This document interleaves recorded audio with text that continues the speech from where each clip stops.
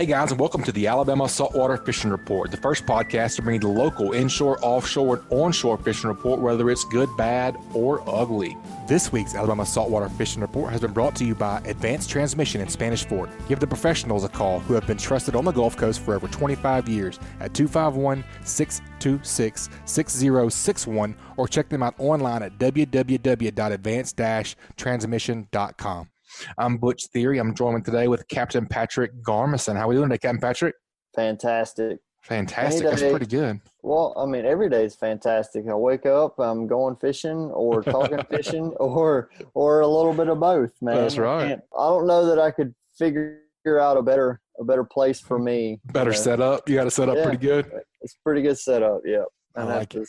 All right, folks, we're going to do something a little bit different this week. We're going to Johnny, our producer, this is going to be a special show. It's going to be the Ugly Fishing Captain Patric Garmeson show, man. We're going to pick some Hey Cap questions that you've done over the past couple of years and maybe some tips that Johnny picks out that people liked in particular. And we're just going to talk about Captain Patric Garmeson today. What you think? Sounds a bit intimidating. Sounds a bit invasive. Yeah. Well, that's all right. Johnny will do most of the work. All we got to do is talk fishing. That's right. Well, all right, man. Let's start. I've heard the story before, but I got to hear the story of how you came up with ugly fishing. Tell us about it. So, started out when I was in the ACFA, which I joined the ACFA a long time ago. Mm-hmm. You had to have a handle on the old ACFA forum. And at the time, I was like a big fan of the Ugly Stick brand and just the ugly. I don't know what was intriguing about it, and I'd wear me a Ugly Stick hat and it'd say like ugly on it right there, real big. Yeah. And so I adopted the name, and as far as my forum name was Ugly Stick with spelled stick correctly and not stick the way it was on the brand. The brand, right. So, but as things progressed, as being the on the forum, people started just calling me ugly. And so then, when I got to the point where I started my business as far as the charter business, it's like, you know what? I'm going to continue the ugly theme and go with ugly fishing, because you already started it. You never know when you're going to have an ugly day of fishing. That's right. Hey, good, bad, or ugly, you got to go. Right. So it was, and really it transpired pretty quickly that, I had kind of the ugliest boat because I never cleaned it. And I had the ugliest tackle because it was always mismatched. And so there were a lot of ugly things about my business and about my fishing strategies and everything like that. So it all fit. And it's getting kind of weird now because now I'm trying to stay in a new boat and new equipment and all these things. And I'm like worried about cleanliness and trying to keep my customers happy. And it's like, I want them to get on. So anyway, it's getting kind of weird and contradicting that it's, that it's ugly fishing. But anyway, it's, my customers now, they all appreciate the brand. They appreciate they like the logo and all that. So I ain't taking my foot off the gas. Oh, you can't. You got to roll with it now. You're done. Oh, yeah. It's on. Do you have a favorite fish story or a favorite fish that got away? Do you have the big one that got away story or just one fish story in general that sticks out to you? Man, it's actually not one. It's not a fish that got away from me. Well, I'll tell you what. I got one. So let's hear it. This was the rodeo many moons ago, and my partners, I was fishing with my buddies, Adam Barker and Jim Foster. And man, we were like dedicated. We knew exactly where we needed to be set up to catch our big trout for the weekend of the rodeo. And we had all this live bait. We knew exactly where we needed to be. And there's a boat comes hauling butt in, and I see him. It's my buddy, Lynn Pridgeon. And I didn't realize that Lynn, one of the guys on Lynn's boat, had caught one of the fish that was on the board at the time. This was Sunday morning. and they came in like, I don't know, probably 6:30, 7:00. I mean, it was way after daylight, and we had been sitting there for, I don't know, we probably got there, an hour before daylight. Mm-hmm. Had beautiful live bait, been pitching out there, doing a little chumming, doing all the things that we thought we needed to do, which all included live bait. And they come screaming down the shoreline. Like, it looked like their trolling motor was on high, and they're throwing top water. There's 3 of them throwing top water, and you could just see the water just poof, poof, just fish just blowing up on their top water. Oh my gosh. And they're hooking up and netting fish, and we're like, what the hell is going on? I mean, we're sitting here, we've got the primo spot, primo bait, primo live bait, and these guys just come like 2 hours after daylight and just show up and just start getting blown up on top water. And they work all the way down to us, and I look in my tackle box, and at this time I'd probably thrown top water for speckled trout maybe like 5 times in my life.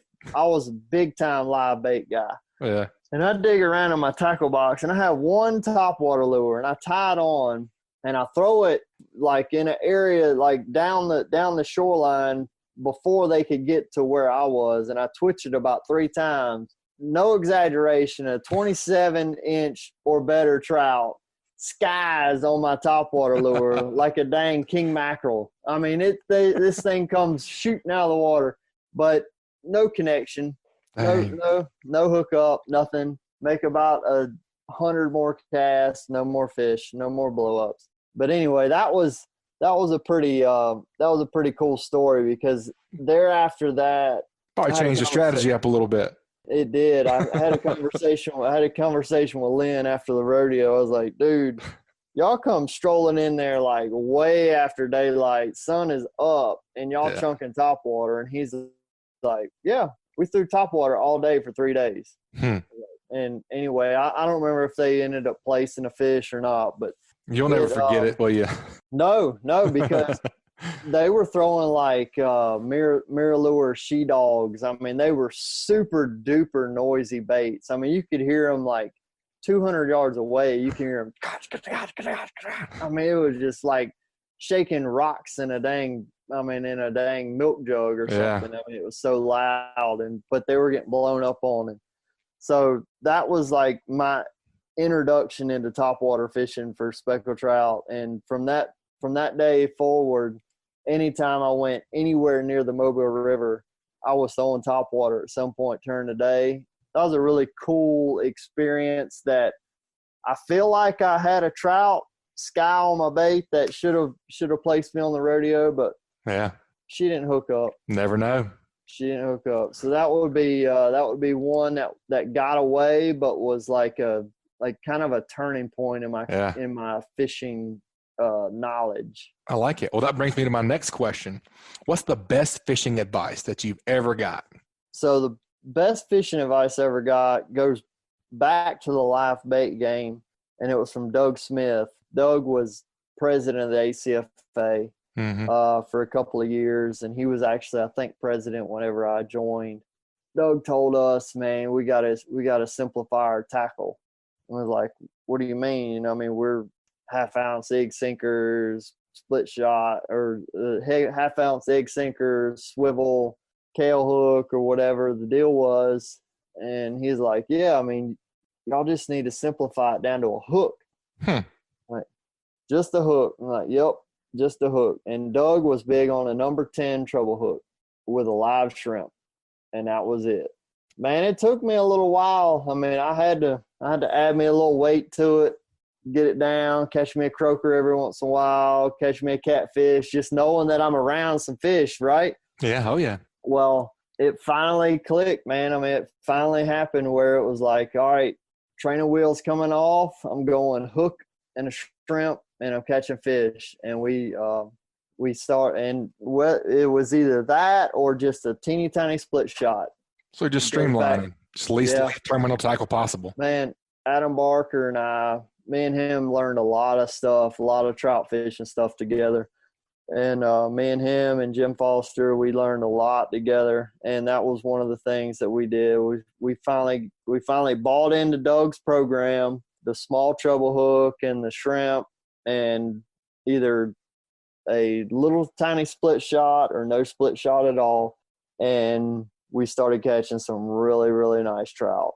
Nice. And then That from makes there, sense. from there we started evolving into other things and utilizing live pogies or live shad and stuff like that. But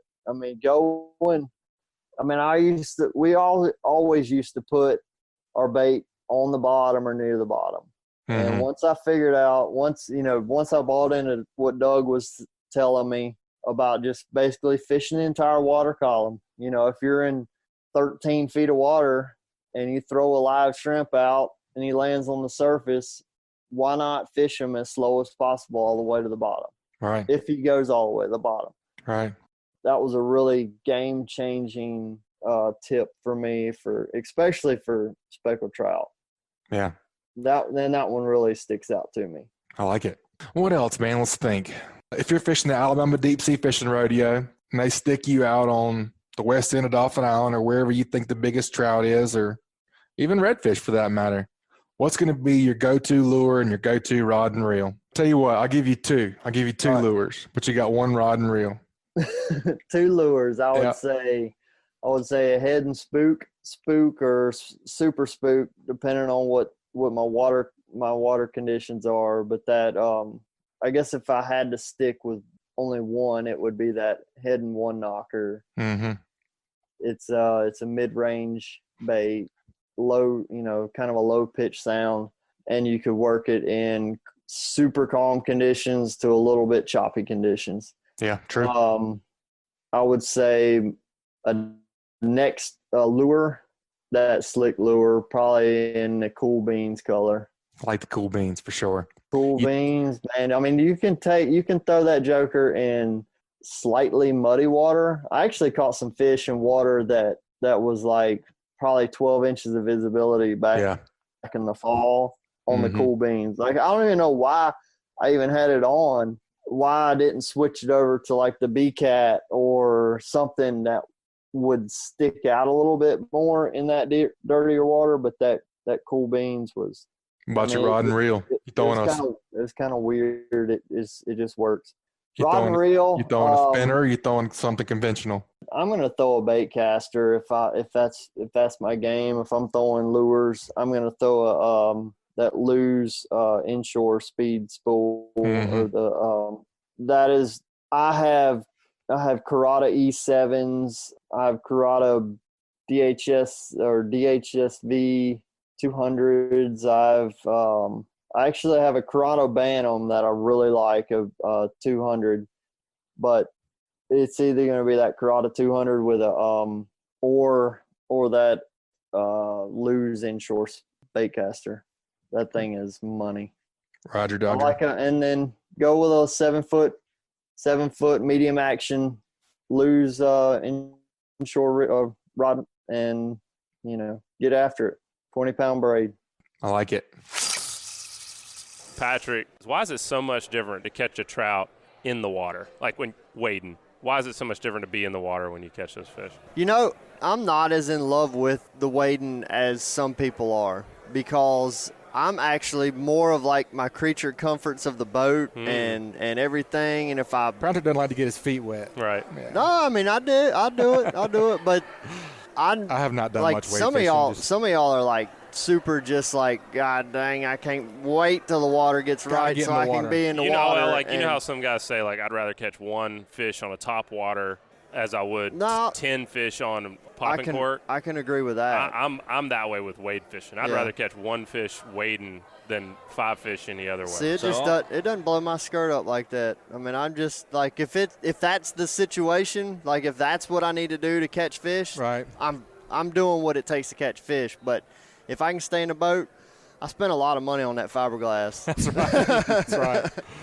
Yeah. Well, tell us about your guide business a little bit. And so we get a lot of questions on guys that are talking about, they want to get into the guide business. Well, what about you, Patrick? Why'd you get into this game? Oh, why Patrick. did that was rude. That was aggressive, maybe a little derogatory. I'm not sure why. you got soft skin over here. All righty, Captain Patric Garmeson, tell us about your guide business. Yeah, so That's better. anyway, always absolutely loved fishing since I was a child, fishing all the time. I really kind of followed a similar path as Kyle as far as, the speckled trout progression of learning how to catch fish, then catching limits, and then all of a sudden, like, you know what, there is more to this. I find that we actually have large speckled trout in Mobile, and I learned how to catch them, and then instantly I'm like, you know what, I want to start targeting more of those, but putting a lot more back and really keeping less and all that stuff. And so, and really, I've always really enjoyed fishing as much as catching. And then I got into the ACFA and really got into really getting into more tournaments and just fishing more and being more just being involved. Anyway, I was at that time I was working at a golf course and I got fired. Not at this time the golf course job felt like a career job, and it was pretty devastating. It was a big blow. Been there for 12 years and lost a job I thought I was in a career for, and Right. It's like, man, I'm going to go grab my captain license. Not sure what I'm going to do with it. Got that, and that was the same year as the oil spill, so it was kind of bad timing for trying to become a fishing guide. Yeah.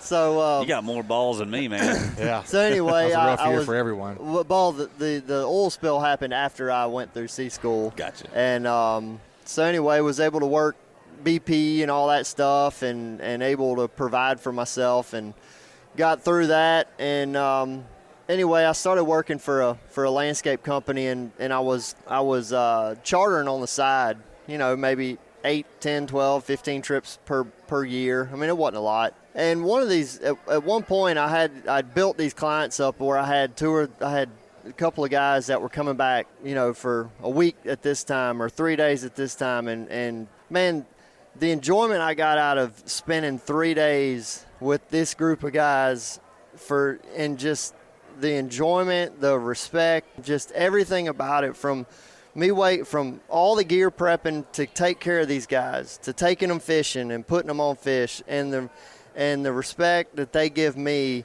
for me and the fishery and everything. It's like, man, there is not a whole lot more rewarding than that I could ever be involved in. And man, I just kind of had this epiphany moment that I had reached a point in my career with the landscape company, which was really developed a lot of skills that I didn't have, from sales and marketing and just customer relationships and all these things that I really didn't even have going into the landscaping business. And I came out and I got to the point where I was like, man, if I'm going to jump, it's time to jump. I'm at an age, I'm in my 30s. Same if for I'm me, going to man. do it, That's why I did it. if I'm going to do it, now is the time where I could go and do it. And if I fail, I got time to recover. Yep. I've always been the type person where if I was involved in something, it was 100%. Like deer hunting, I used to do a lot of deer hunting, and then I got to where I kind of lost a little bit of interest in spending the effort into putting into scouting and stuff like that. And when I lost the interest in scouting and was putting that into fishing, my interest in hunting just fell apart. So anyway, that's just kind of the way I am. The way once I get focused on it, I want to be in it 100%. All in. And then once I got into just like saying, all right, I'm going to be a guide. I'm going to be a guide, and this is how I'm going to do it.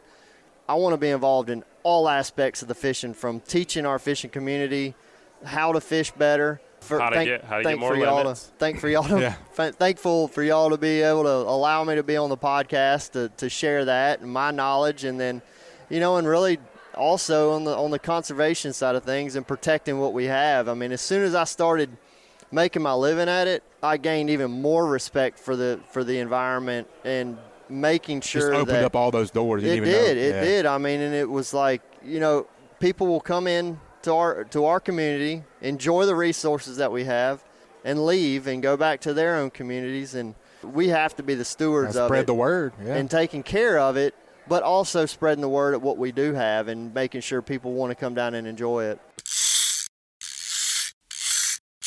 All right, boys. Well, this week you got the Hey Cap question this week, and it's brought to us by Test Calibration. If your diesel has low power or is consuming excessive amounts of fuel, these are common signs that your turbocharger may need to be rebuilt. Don't waste your money online with the cheapest options where you get no support after the sale. Test Calibration has been selling and servicing diesel turbochargers and fuel injection systems since 1976. No matter if you're running a diesel in your boat, tractor, or truck, Test Calibration can help you. Contact them at 800-822-0057 or visit them online at testcalibratondieselandturbo.com. Brian Carson emailed us at alabama@bestfishingreport.com. He says, "Hey, Cap, during the hot summer months, I struggle to catch trout later in the mornings and during the midday. What's the best way to keep catching a few more? Or should I just pull up on the sandbar, pop the umbrella, and watch Darcizzle videos until the topwater bite turns into a Nice question, Brian. Oh, man. I'm voting Darcizzle videos, but what do y'all think? Yeah. There's nothing wrong with a Darcizzle video and a cold beer. But seriously, on increasing the trout bite during the day, what I'm gonna do is I'm going to make a switch towards trying to catch a big one. A lot of people think about big spec, daylight bite, sunset bite kind of thing. But I will switch gears, and it actually worked for us at for the Alabama Rodeo. We caught some pogies and we started big fish fishing, and we caught a 6-pound, 6.34 trout for the Alabama Rodeo. This past Father's Day, I had my son and my dad, and we caught one trout late midday. And it was a big trout. My son caught one a little over 5 pounds, and that's the deal. I always I'll switch over, go with some bigger baits, slow my fishing down a little bit, and just really key in on a big bite. And if you know that that's what you're going to do, you're going to probably not get many bites, maybe not a single bite, but I would do that and have something to hang your hat on for the end of your trip. You got anything to add What to about that, you, Richard? As far as from a charter fishing standpoint, I'm not always thinking about catching a big fish, I guess.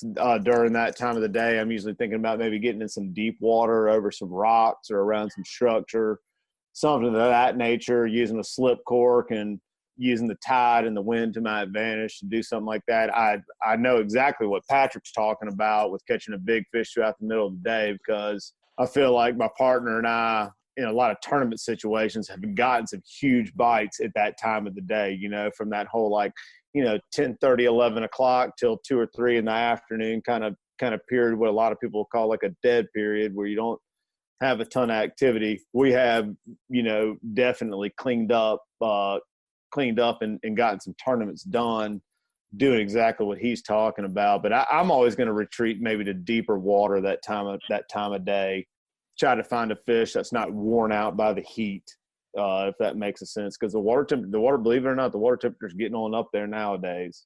I think I've seen in the lower to middle 80s already. It's hot already. It's hard to believe it's that hot already, but it's here. It's 86 degrees today. It's all probably 84, 85. It's definitely hot water time. Well, Brian, excellent question. I think both these guys are totally sandbagging just to stay in good shape with their wives. I vote for the Darcizzle videos. So I'm a Louisa fan myself. I was going to tag Darcizzle in this, and now I can't because now you're talking about Louisa. So, guys. This week's onshore tip is brought to us by Fishbites. Are you tired of stinking baits? Fishbites don't stink or leave a stink on hands and anything else. They don't require bait buckets or ice to stay fresh while you fish. Fishbites can withstand numbers of bait stealers for many, many minutes and won't come off the hook during a hard cast or in rough waters. Check out the full line of scented saltwater and freshwater baits and tackle at fishbites.com. What you think about an inshore tip this week, Captain Patric? Well, guys, I think about it a lot, about how a lot of our listeners and a lot of people out there that are always hungry for information are the same guys that are out there only been able to get to implement it on the weekends, Saturdays and Sundays and stuff. And there's a lot of things that happen like on the weekends for, whether it's, people, a line at the bait shop, a line at the boat ramp, you get to where you were planning on fishing and there's 4 boats there. A lot of things that could kind of frustrate an angler who's waited for the last 5, 6, 7 days to be able to put his boat in the water and go catch a fish. I think getting away from like this hyper focus, I want to go catch speckled trout, or I want to go catch redfish or triple tail or whatever, and start implementing some of the stuff that me and Bobby and Richard and we talk about, where we're okay, the wind's out of the west. Guess what? We have a lot of western shoreline of Mobile Bay that can protect you and be able to provide you some areas to fish. Go check out some of those areas and start learning, chipping away, start figuring out some different things, and capitalize on what you can get your hands on. Like today, actually, we started out what I thought was going to be red fishing, and we caught a pile of smaller puppy drum. Well, puppy drum eat really well, so we stayed focused on those puppy drum until they quit biting. It wasn't until after that we made a change and started fishing some of these bayous and went red fishing. And Joe's mentioned it probably about every third podcast about the bluefish and about eating those guys and having something good to take home to eat. I mean, that's not a bad fish to take home and eat. So go out there and try, do your best to not get skunked and just diversify a little bit, and don't worry about being hyper-focused on a particular species. Unless, of course, if you want to just really get better at something, then sure, go do that. But as far as bringing some fish home and having a good weekend, then that's my strategy. And I just want to say that I kind of empathize with our weekend warriors, that y'all got a lot of stuff up against you, stacked against you, to having a good day on Saturday, because there's so many more people out there trying to do the same thing you are. So, well, and you got to go when you got to go. New. You got to go when you got to Exactly. go. You get 2 days. We don't get 7 like you guys get. If you get a rain out or whatever, it's not the end of the world. You got to fish whenever you can fish. So you're going to have to deal with whatever moon, whatever tide, whatever wind, whatever. That's right. That's a great tip. And it's also important to remember what you're talking about, Patrick. If you're taking somebody that's new to fishing, don't let you can burn them out really quickly. Yeah, just let it, just especially with kids, or if you're trying to get, your spouse into it, just take them out and just keep the rod bending and enjoy yourself, and don't worry about it so much. Yeah. Well, Patrick, as always, buddy, great report. What'd you say, Captain Patrick? What you got for a tip this week, bud? I want to step back a little bit, kind of bring something out of the archives that Richard Rutland talked about before, with the monitoring the actual water movement versus what these projected tides are. There's a lot of tide charts out there, and there's a lot of different ways that you can get tidal information based on predictive measures. But I want our anglers to understand that is really a guide to say that, all right, my graph shows that it's going to go from being somewhere near high tide at 2 a.m. and somewhere near low tide at 2 p.m.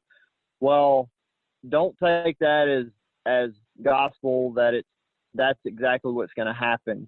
And the reason, there's several different things that could be involved. It could blow a south wind that evening and then switch around to a north wind, and it just moves water a lot faster in one direction or another.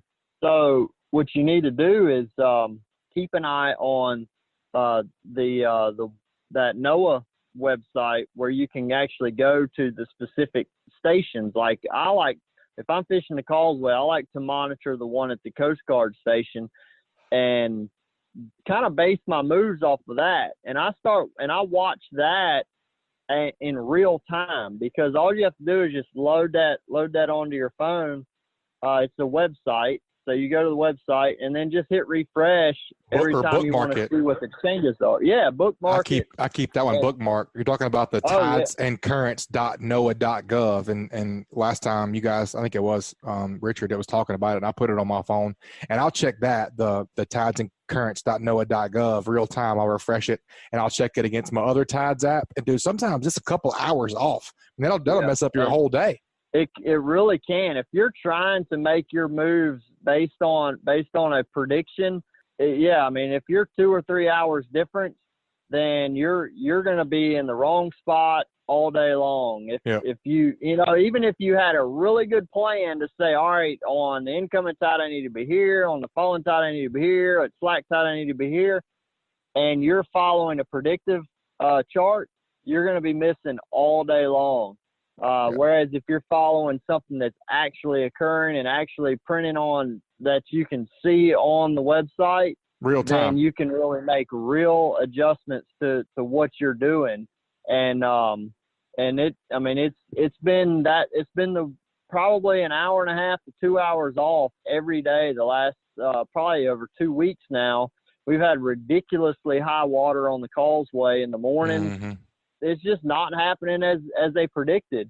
And it's not anybody's fault. That's just how things happen. You have wind driven currents and all this stuff. So that's a huge tip that I think people need to pay attention to when they're in the act of fishing and they're out there. Like I said, there are people that are paying attention to knowing that, hey, this grass flat when it starts draining out, it's going to get better. And when this one starts filling up, it's going to get better. If you watch that stuff in real time, you'll have a better idea on when you need to make those moves and when you need to be in position to strike. And it's helped me out a lot because there were times where I thought I was in the right spot, and then I look at it and it's like, oh crap, the tide turned 45 minutes ago, and we've been sitting here trying to make something work. I thought the tide was still falling, and it's time to get out of there, because if we were there for 45 minutes on the incoming tide and I thought it was still falling and then nothing was happening, it's not going to get any better. So keeping an eye on that stuff is definitely going to help. An angler that's paying attention to those sort of things, it's going to take him or her another step to the right, and into being a better angler and being more self-aware as to what they're doing. Patric, you talked about electronics, and I know you're pretty skilled with your side vision.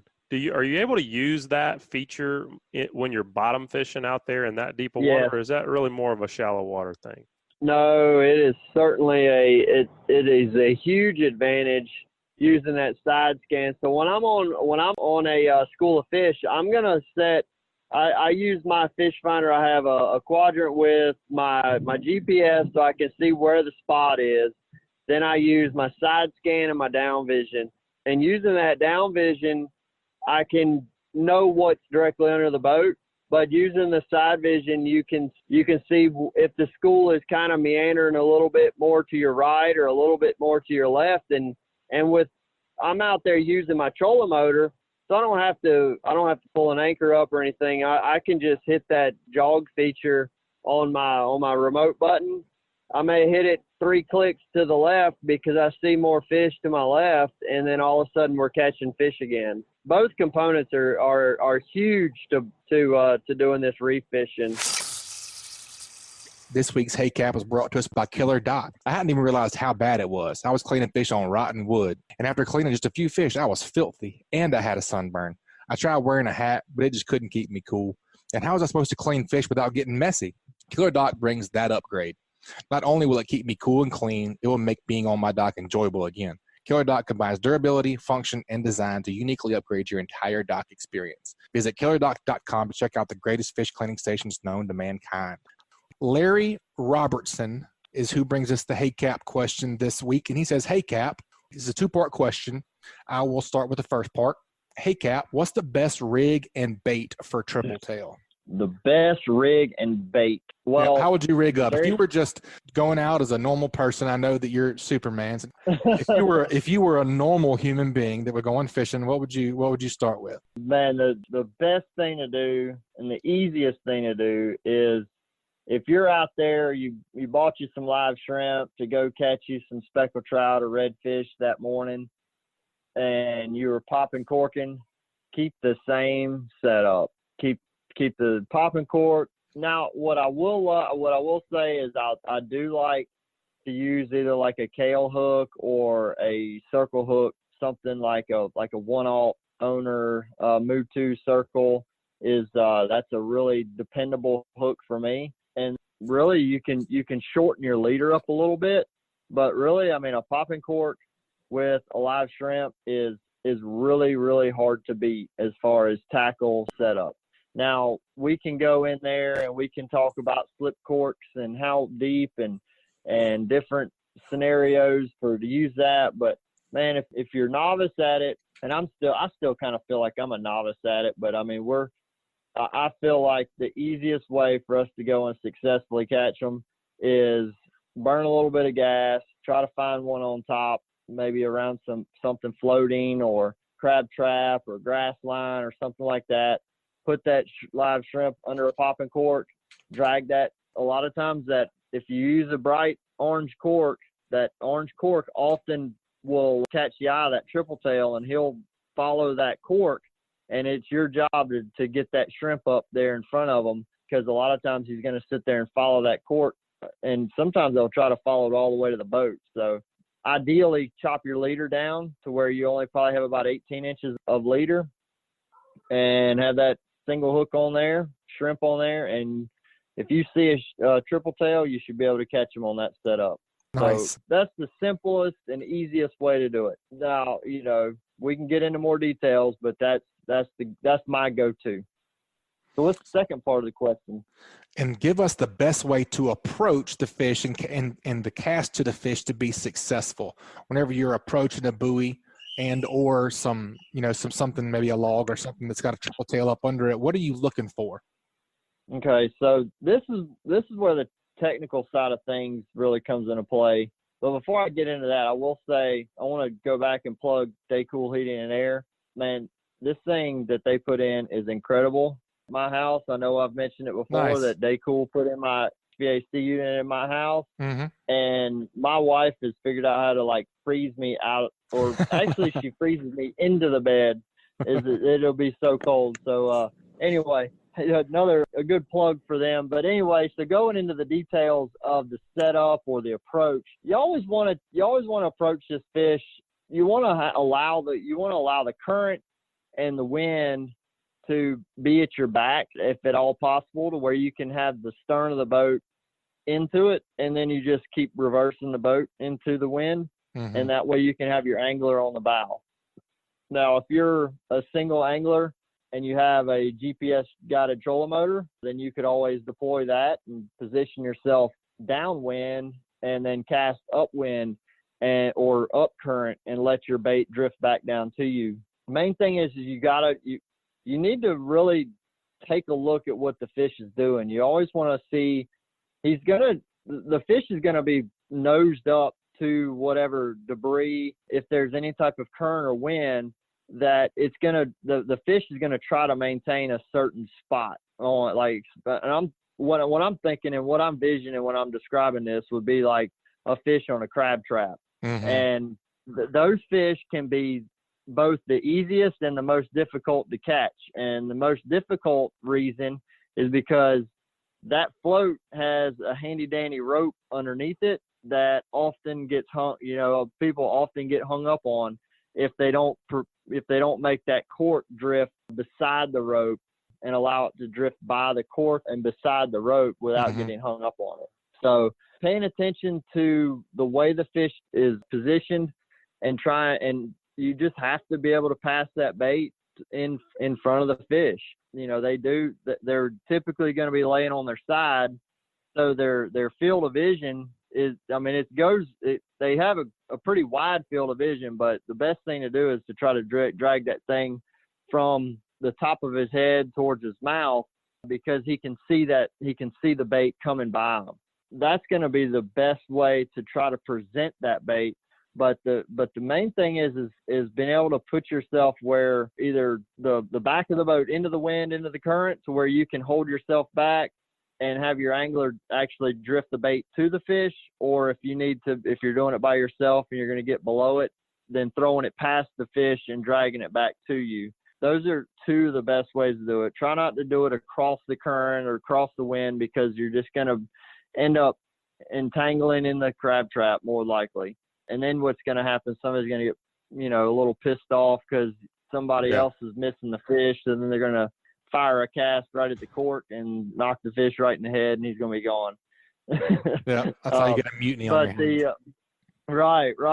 And then the other thing is, the fish on debris, like if you've got something that's out there floating, a lot of times those fish are more meandering around. So those can be a little bit more tricky because they're not staying in one particular place. So that fish may require several casts, but always trying to laying your cast well away from the fish and try to drag it in the direction that he's going. A lot of times they're just going to swim. They'll swim past, say a log, for instance. They'll just kind of swim the whole length of the log, go past the end of the log, turn around and come back down the log. And if you kind of they'll get kind of into a habit of how they're positioning on that floating debris, and just watch your behavior. Don't get overly excited, because a lot of times those, despite you being right there in your boat, they're really not too weary of it. Probably the last thing is just be patient, pay attention to what the fish is doing before you even make a cast. I would imagine any of those tips are going to help more people put more triple tail in their boat. Hopefully you can get out there and use those tips and get them a triple tail this year. Heck yeah. Yep. Larry's going to get, or just hire you to That's take right. you out and do it. that's what I would do. Yeah. Or we could always do that and learn firsthand. For sure, man. But I will say this, I don't know if I said it earlier, our very first triple tail this year, we caught it on a slick lure. So that kind of throws everything else out. But this fish, we didn't even see it. We were just in an area with a lot of structure. We were just throwing slicks to try to catch a trout or a redfish, and very first bite was a triple tail. So anyway, so slick lures work for triple tail as well. Well, that's perfect, because Larry Robertson's going to get a prize back from the slick lure. Larry, make sure you email us at alabama@bestfishingreport.com to redeem your slick lures. You guys make sure and get your HACAP questions in at alabama@bestfishingreport.com or over on the Facebook page, and we'll get you in the running for those slick lures. Let's see. This week's HACAP question comes from Sam Sprinkle. Sam Sprinkle says, "Hey Cap, let's talk knots." We can go a bunch of different places with this. I like knots. I made a cool post. I made a post last week. I was just messing around down the dock, and I got a lot of good action. And I had always, the knot that I tie braid to mono, I had always called it a West Palm Beach blood knot. I have no idea why, but apparently it's not what it's called at all. That sounds very fancy. Yeah. Well, it sounds better for sure. But apparently an Alberto knot and an Albright is the same knot, and that's what I tie. So not necessarily. I'll go into that. No, I'll go into that if you'd like. Okay. So, yeah, go ahead. Well, yeah, go ahead. All right, all right. So the way I understand it, let's see, the Albright or the Albright, right, is the lashings one time. So you only lash the there's only one layer of lashings of your braid on top of your leader material, your main line, or your leader material, your fluorocarbon or mono. And when you tuck it back in, you pull it tight. So it's actually the slimmest of the type that's going to be lashed, other than a FG knot. FG knot, which looks complicated to tie. I am going to learn it. I don't know how to tie that one, but it looks complicated to me. Well, that one is where you do not fold your leader material over. Well, the Alberto is where you double. Go down, then you come back up. Yeah, exactly. You'd go down. And then the best thing to do is actually space your lashings on the bottom, space them out pretty, a decent amount, to where when you lash back up, your line is actually going, alternatively. So that's overlapping, right? Right. So it's perfectly overlapping in the gaps. And that way, when you start cinching it down, it really locks in place. Okay, that's what I tie. I go down and then go back up and then go back in the opposite side of the hole. So that's the Alberto. Okay, cool. Yep, that's cool. Yep. So the Albright is down once, and that's it. And then now there is the improved Albright, which I think the improved Albright is also the Alberto. Gotcha. It's very confusing. All right, so Sam, go ahead. What do you say? No, I was going to say the most important knot is one that you trust. That's right, no doubt. The one that doesn't come untied. That's right. Sam Sprinkle says, "Hey, Cat, let's talk knots. Braid to fluorocarbon and fluorocarbon to terminal tackle," which is always a problem for me. I have a lot of problems with my slip, my popping cork coming off my braid. Said, can you explain what knot to use in different applications as far as fishing artificial, live bait, free lining top waters, and so forth? So I think the best way to probably do this is just to go through what you do as far as, to braid to fluorocarbon, which we just touched on a little bit, and braid to terminal tackle. And if you do anything different whenever you do the artificial to live bait to free lining top water, etc. Okay. So yeah, I mean, my go-to braid to leader material is the Alberto. It's me too. Slim. It's slim. It's super strong, and it gets it done. The uni to uni knot is a very, very good knot as well, but it is probably twice the thickness of the Alberto. So if you don't mind, if you're using, say, big guides and you don't mind the clicking of your leader going through, then that's fine. But the Alberto knot really does a good job. So do you think that the uni to uni would be better for maybe a little bit bigger stuff, maybe for your offshore, for your bigger spinning reels and your bigger eyes, and maybe your inshore stuff, your Alberto is better? Man, I use the Alberto I do too. I use it for swordfish and speckled trout. Same. Yeah, I mean, I have it on all my snapper gear. I mean, I've got 80-pound braid, 80-pound mono leader, and it's Alberto. I mean, I don't have. Same here. That's just my knot. And then as far as going from once you have your leader attached to your braid, I use, and it'll depend on what type of hook you're doing or whatever. But if I'm just going straight to a hook, I love a Palomar knot. I think a Palomar knot is probably as strong of a knot as you're going to ever find. It's not going to slip. So once you get it in place, pull it tight, you can trim that tag in pretty dang close and not worry about it slipping at all. And then I like the loop knot. A loop knot is a great knot. And I've even experimented with a loop knot on live bait hooks. Just seeing a little more action. Yeah, see if it does anything, give my bait a little bit more freedom.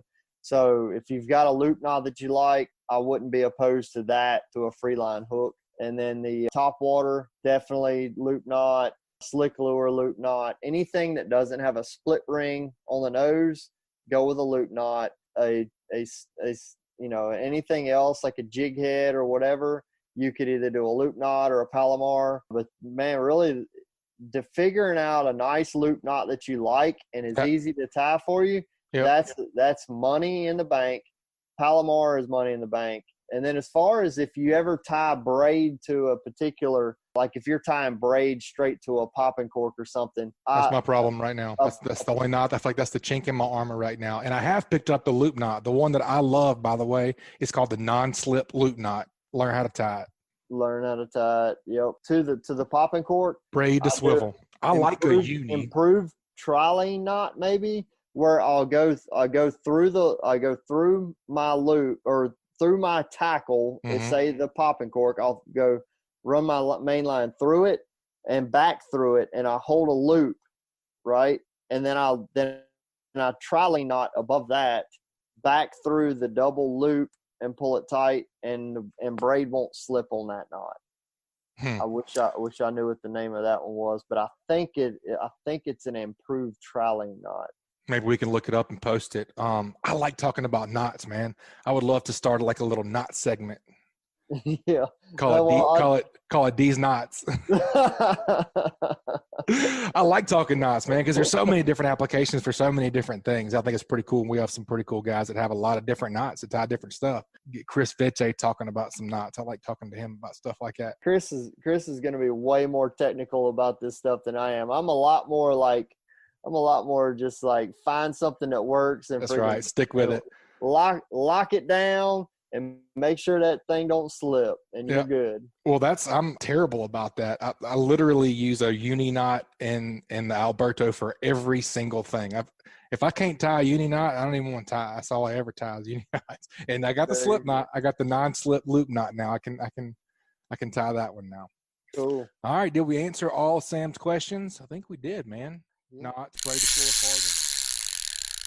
All right, Captain Patrick, you got the HACAP question. This week's HACAP is brought to us by Daycool Heating and Air. As the saying goes, if you don't like the weather, as we saw today, if you don't like the weather in South Alabama, wait 10 minutes because it's going to change. One of the things is very predictable with pricing at Daycool Heating and Air. They offer flat rate pricing and they don't charge for after hours calls. Let's face it, your HVAC always seems to act up whenever you need it the most. Don't get stuck between a rock and a hot place. Daycool offers flat $45 service calls, $59 tune-ups, and they offer free estimates on equipment replacement. The pros at Daycool have been serving Mobile and Baldwin counties for over a decade.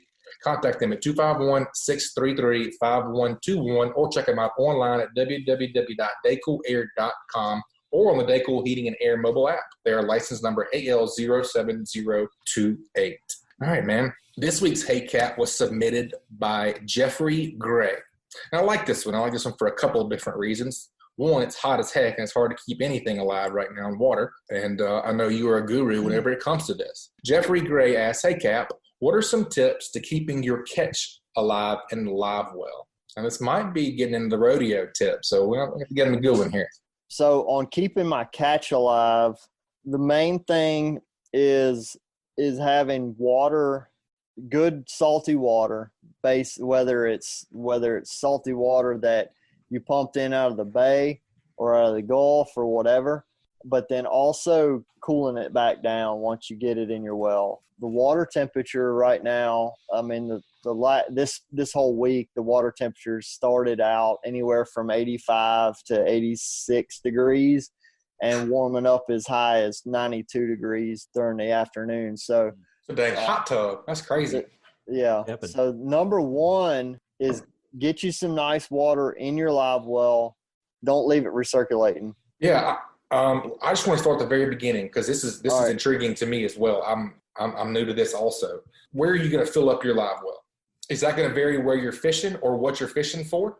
Yeah. So, all right. So I guess I'm going to break it down into about 3 parts. So if I'm down at the southern end of the bay, if I'm at the lower third of Mobile Bay, not too close to Weeks Bay because that thing can dump a bunch of fresh water on you in a hurry. So if you're down towards the mouth of the bay, you should be good to be able to pull water straight off the top this time of the year. But it's so hot, like we're talking about, you're going to need to put and I keep a pile of Ziploc bags on my boat, just, one for putting fillets in for customers, but then 2, I take a lot of ice, and I'll take ice, put it in a bag, drop it in the live well, and you want to get that water temperature cool back down. If you're dealing with water that's in the high 80s or low 90s, you're going to really struggle to keep a fish alive, because if you caught a fish in the bay, just say you caught a fish at the rigs and that fish was somewhere between 12 and 18 feet deep, that water could be that's a big difference. It could be 4 to 6 degrees cooler than what it is on the surface, and the oxygen levels could be different. There's a lot of differences there, but the main thing is you can pump that water in, but you need to cool it back down. You need to get it cooler. It needs to be fairly cool to the touch. You don't want it to be like overly cold, because then it's going to shock your fish, but it needs to definitely be cooler than what your water is that you're pumping in. And so you want to cool that down. You want to also use some sort of supplement like live well additive. I really like G Juice. It's a TH Marine product. I like it a lot. There's some other products out there that are like live well specific products that are like granular products that you can put in there. And it mainly, most all of them will turn the water blue or green or something like that. But the G juice is something that I have found success in using. It helps to remove ammonia out of the water and all that stuff. So that's kind of the key to your water and your water prep.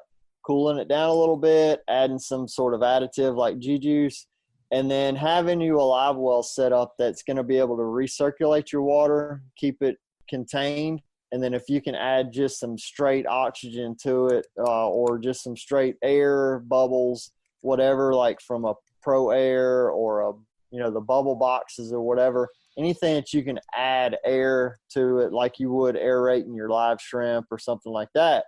So that all of that is going to help enhance your water a lot better.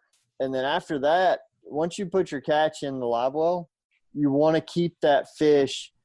You want to monitor that fish. Like say like this weekend on the rodeo, if I catch a fish that I feel like I need to get down to the rodeo site alive, I'm going to make sure whoever's on the boat with me is still fishing. And I might take 30 minutes or an hour to make sure that fish is good. It sounds ridiculous, but if you go down to the rodeo site and you've got the largest speckled trout of the weekend, right, you're going to win a bunch of money. Right. So main thing is keeping that fish upright.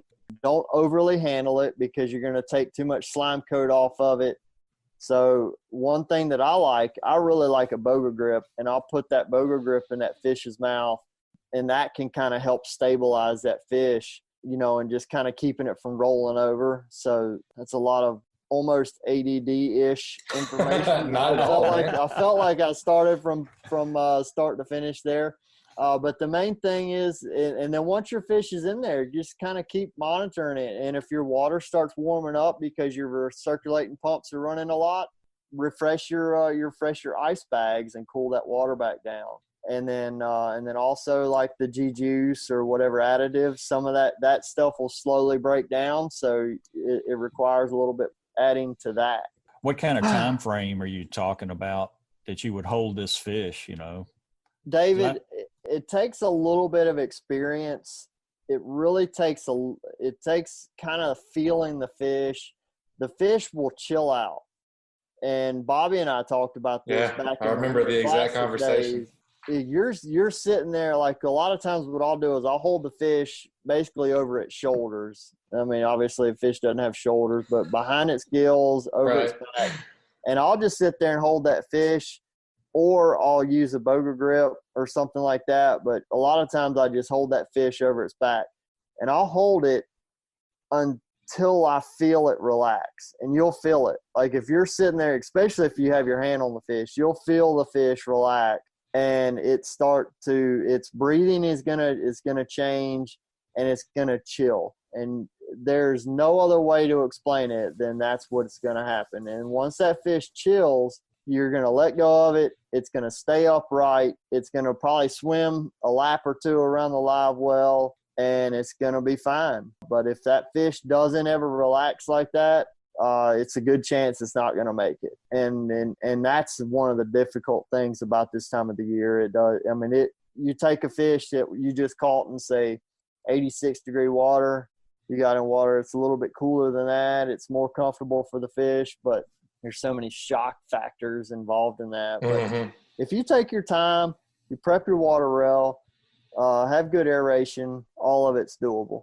Yeah, Pat, I was curious. You mentioned the G-Juice earlier. How much would someone typically add to their live well, to benefit the fish? Or Well, the good thing is most of these products have real specific directions as to how much per gallons of water. So if you know approximately what your live well holds in gallons, then, I mean, most of these products have a specific amount that's optimal. And I've found that going optimal is good, and you can actually go a little bit more and you're not going to really hurt anything. You're going to more like an ish. Yeah, exactly. Dismount-ish. It's definitely an ish, but the base, but you definitely want to at least want to go to their baseline for whatever their recommendations are. Patric, if somebody wants to eschew everything you've just said, pay no attention to the tide charts, and just book a trip with you and let you do it, how do they do it? That's a great question, Joe. I'm glad you brought it up. They can give me a shout. They can call me 251-747-1554. I got a lot of people texting me just questions and stuff like that. What are you wearing? Like that kind of stuff? Yeah. What color boat is yours again? Yeah. What color eyes do you have? Yeah, that happens all the time, Joe. So text message, call me, then go to my website, uglyfishing.com. You can click the book now button, check out my live calendar, see if you have some dates that match up with some open dates of mine, and you can go ahead and book it right then and there. And then also I want to bring up something about a text message. Is I have started a little group of anglers who are interested in kind of getting a weekly update of what things are going on, and I'm telling them about some open dates and stuff. And so if anybody wants to be involved in like a weekly text message group, it's a text that goes straight to you. It's not a group text. So I was just fixing to say, can they respond? Because if so, I do not want to the group text or it's not 100. The worst invention ever. It's not 400 likes because somebody commented. No. Good deal. So if anybody wants to be involved in that, just shoot me a text, say they want in. So I'll add them to the list. Sounds good, Patric. Well, hey, man, as always, thanks for being with us today, and good luck with the rest of your fall. I know we'll be talking to you again soon, and stay safe out there, buddy. All right, guys. Appreciate it. That's going to wrap it up, man. I appreciate you rolling with me this week. Man, anytime. I love it. All right, folks. That's going to wrap it up this week. That's another great Alabama Saltwater Fishing Report. You guys, please subscribe, rate, and review wherever you listen to podcasts. If you'd like us to email you the podcast each week, head over to greatdaysoutdoors.com/ASFR, and we'll give you the new show each week. You guys keep whacking, and we'll talk to you soon. This week's Alabama Saltwater Fishing Report is brought to you by Ugly Fishing and me, Captain Patric Garmeson. If you'd like to get in touch with me about a fishing trip, you can text me or call me at 251-747-1554 or check us out on the web at uglyfishing.com. Also brought to you by Foster Contracting, Fortified Roofing Pros. Did you know you could save up to 40% on your homeowner's insurance with a fortified roof? Learn more at fortifiedroofingpros.com or call them at 251-973-9999. Also brought to you by Hilton's Real-Time Navigator, bringing you the highest quality online satellite fishing chart since 2004. Your source for sea temps, altimetry, currents, and watercolor at hiltonsoffshore.com. Also brought to you by MDH Foundation Repair. If your home is experiencing foundation problems, MDH Foundation Repair has the best solutions to fix it right and fix it now and protect your most important asset, your home. Check them out at mdhfoundationrepair.com. And also, KillerDock. Are you suffering from dock dysfunction? Check out a full line of dock enhancement at KillerDock.com. That's KillerDock.com. Also brought to you by Coastal Conservation Association of Alabama. Check them out at CCAAlabama.org. This week's Alabama Saltwater Fishing Report was brought to you by me, Joe Baya, and National Land Realty. If I can help you in any way with the purchase or sale of land in Alabama or Florida, whether it's timberland, farmland, recreational land like hunting land, or even agricultural land or ranch land like horse farm, drop me a message at jbaya@nationalland.com. That's JBAYA@nationalland.com.